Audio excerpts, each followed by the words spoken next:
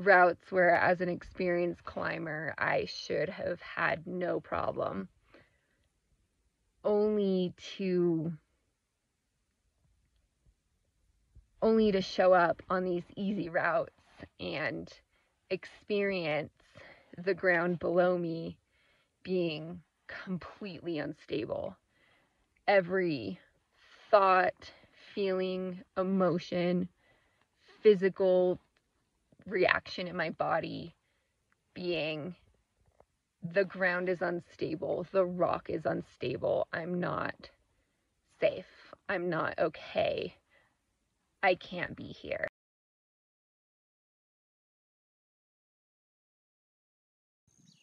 So I'm sitting in this circle of women earlier this week, and we're talking about trauma and trauma healing, and I'm listening to this woman who's been spending the last couple decades talk about her work working with people in this space, and I'm speaking to my own experience, given the many teachings and trainings I've gone through, my own personal story, along with starting to work with clients in this space, and we keep coming to this point that I want to really start to talk about.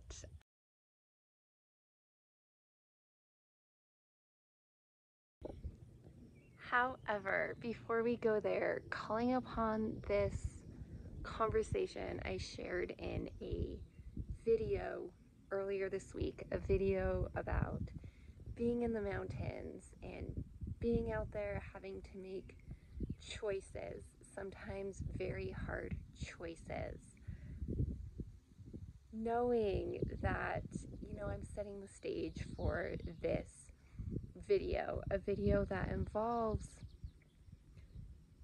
having to make choices in life, given the true reality of what's alive, knowing that so often in life we're taught to make decisions up in our head as we set our sights on goals that we want to achieve, on experiences that we want to have, without actually bringing the rest of us being our nervous systems and all those other deeper parts of ourselves that have a lot to say. With that video, I wanted to, shall we say, set the stage for opening the conversation into what can be an incredibly difficult space to enter into, a space talking about the nervous system, going a little bit darker into talking about trauma and trauma healing. That being said, I opened this video, calling upon this conversation I had because it was really the validation I needed to be able to own the conversation that I want to share with you.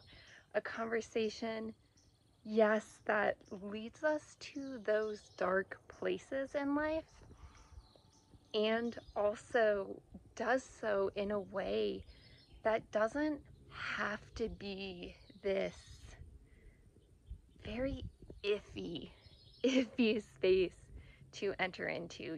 I've been through so many trainings and conversations on trauma, and there's always kind of this like line that you cross, and it's this, are we gonna go there? Are we gonna actually talk about trauma? Because this space is really hard, this space is really dark, and while there's certainly validity to that, and there's certainly reason to tread carefully as we move into this space, there's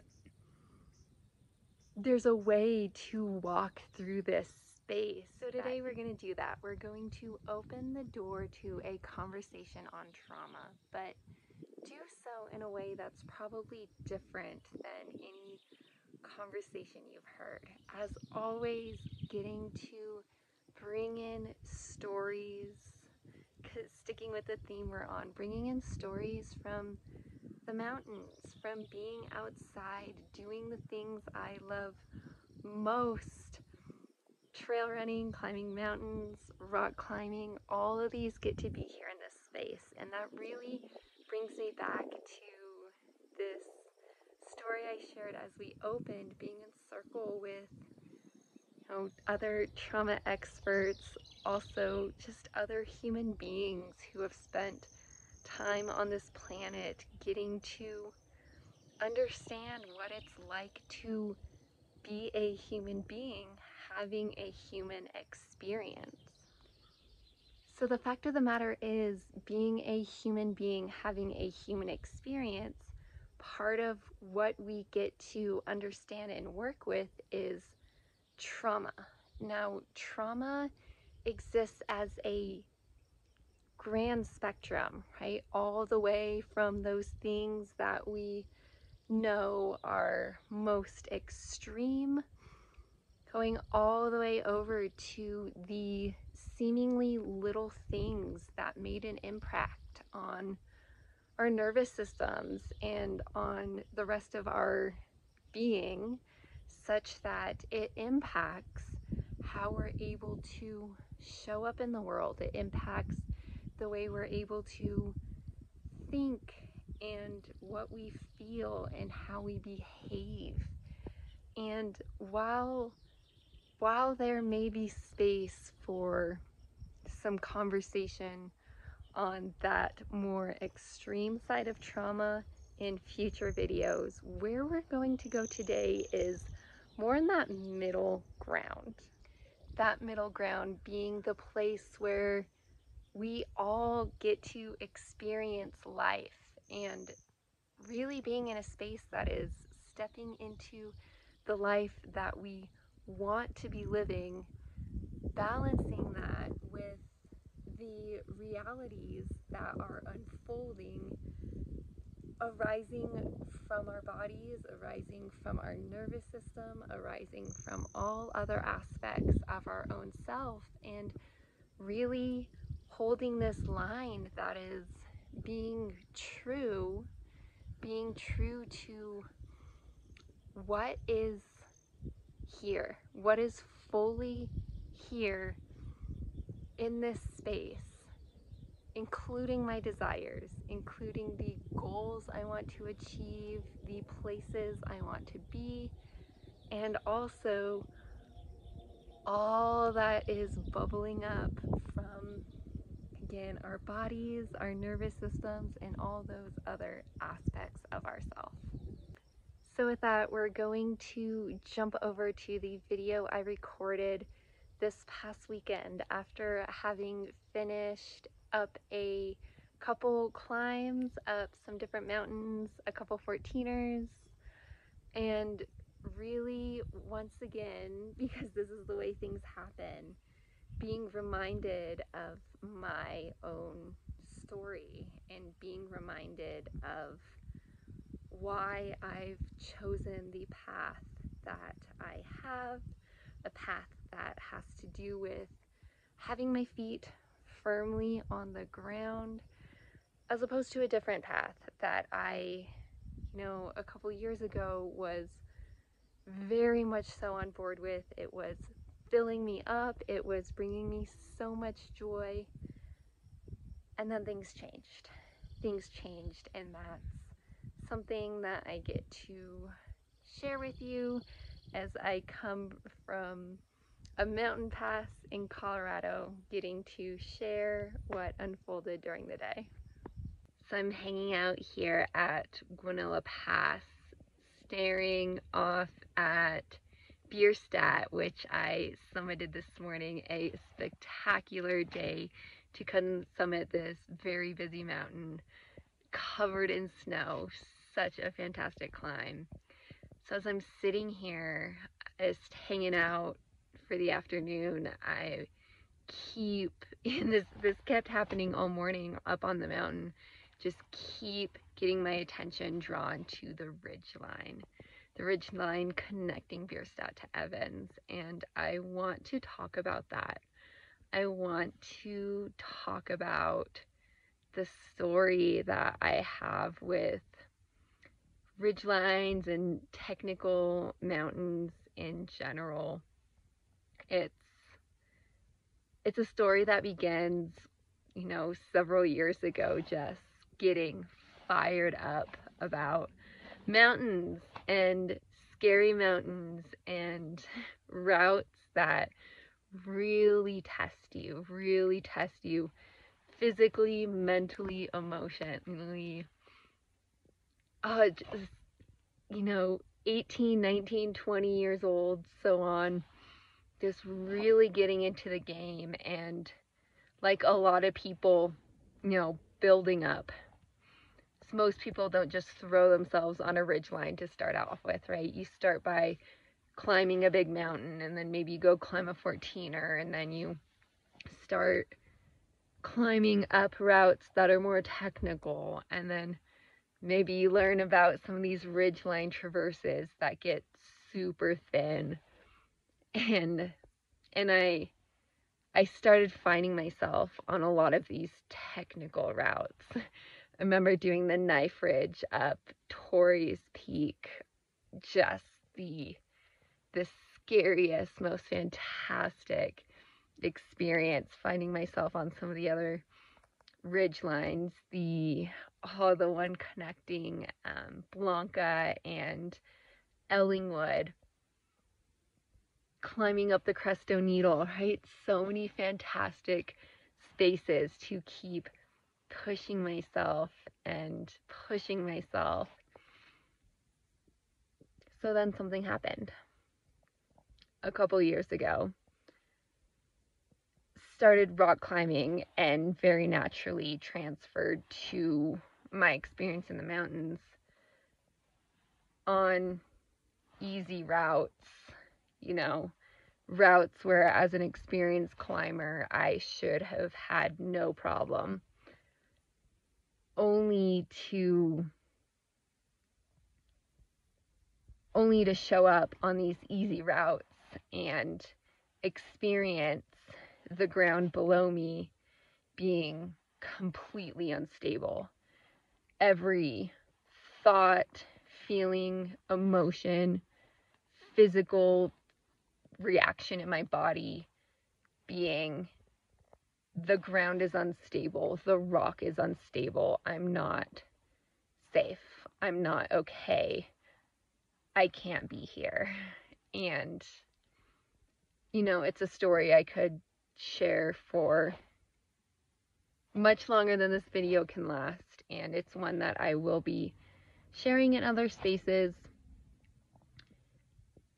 What's so alive right now that I really wanted to share is after, a couple years of dealing with these panic attacks and other symptoms of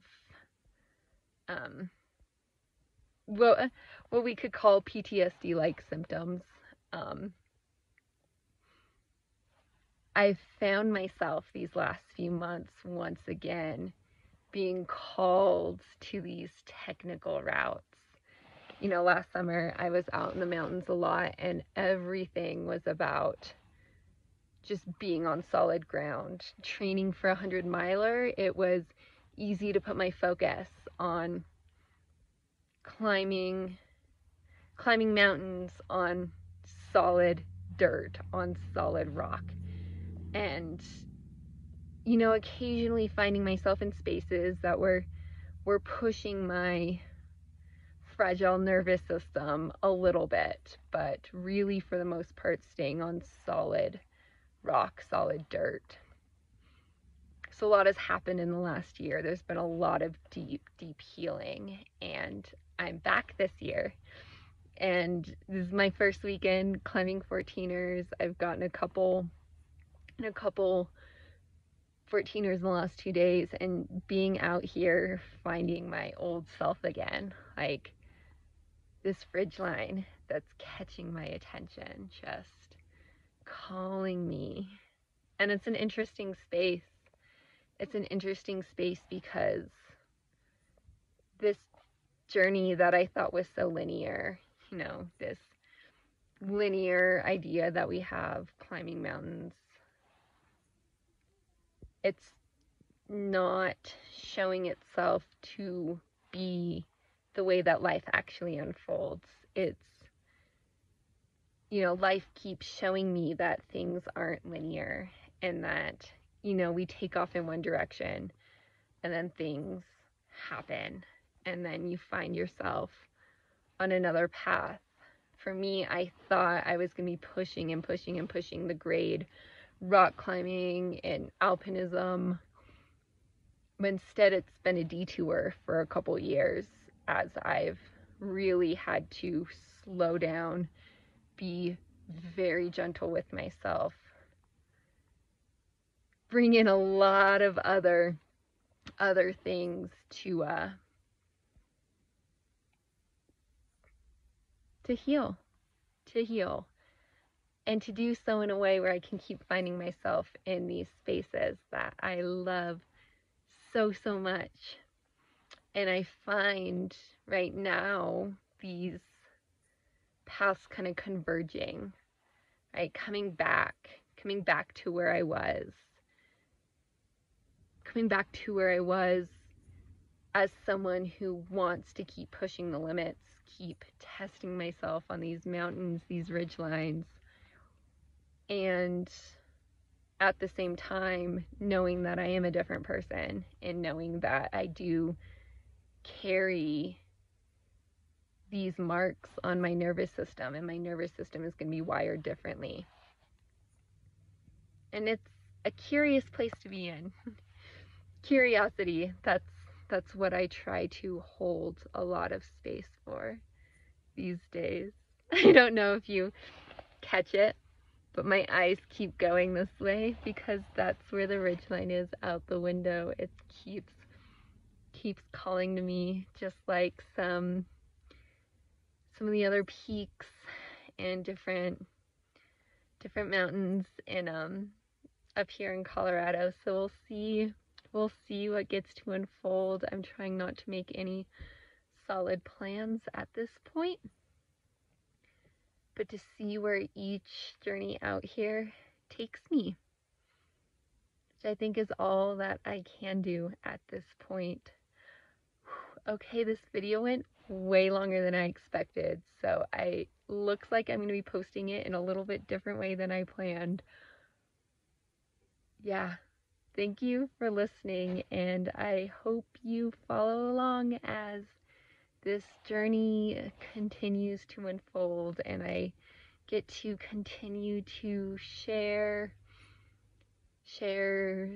fun stories on the trail, exciting stories on the trail, but also some of these harder topics to talk about. So thanks so much for tuning in. Well, there you have it, a little glimpse into what I've been dealing with out on the rock wall, out climbing peaks, out traversing ridge lines. It's a story that I get to continue to share in a way that pops up. I'm going to be honest with you here for a minute. I've filmed a lot of videos like this one where I open the doors to talking about this conversation, and I find that, it's just a weird space to enter into. It's a weird space because our world doesn't like to go there. Our world, I think, has been taught that it's a taboo place to go, and taught to do all we can to push it away and to divert the conversation to more fun, more exciting things. And it's my hope, my intention in opening up the conversation in this way, that we don't have to enter in this space in that same way that we can enter into it, knowing that it's a normal part of life, and that everyone deals with it in different ways. And many people like myself deal with its effects on a regular basis in a way that significantly impacts the way we want to be showing up in the world. And while that's unfortunate and not the most fun place to go to, it's a place that, given the fact that we're human beings here showing up, wanting to do our best to show up in life to the best of our abilities, it's a space that we get to go, we get to keep talking about. And as always, I thank you so much for watching today, for sticking with me through this entire video, opening the door to some difficult but very important things to talk about. If you're still with me here and you're enjoying what you're hearing, please leave a comment. Let me know what's bubbling up for you. Of course, if you haven't yet, please like, please subscribe. It helps me, it helps you. And one last thing for today, a shout out to my We Are the Forest membership program. It's a space where we get to focus on embodied living, collective healing, healing our own selves, healing our ecosystems, our planet, knowing that it's all connected, and really being in practice as we get to explore the infinite ways that it really is all connected, getting to learn to really truly embody the understanding that, we can use our minds to bucket these different ideas. Trauma goes over here in one bucket, fun goes over here in another bucket, decision making goes into another bucket. Learning that, yes, we can have conversations in that way to isolate ideas, but at the end of the day, it's really all just comes back to living life, and living life in a way where everything gets to show up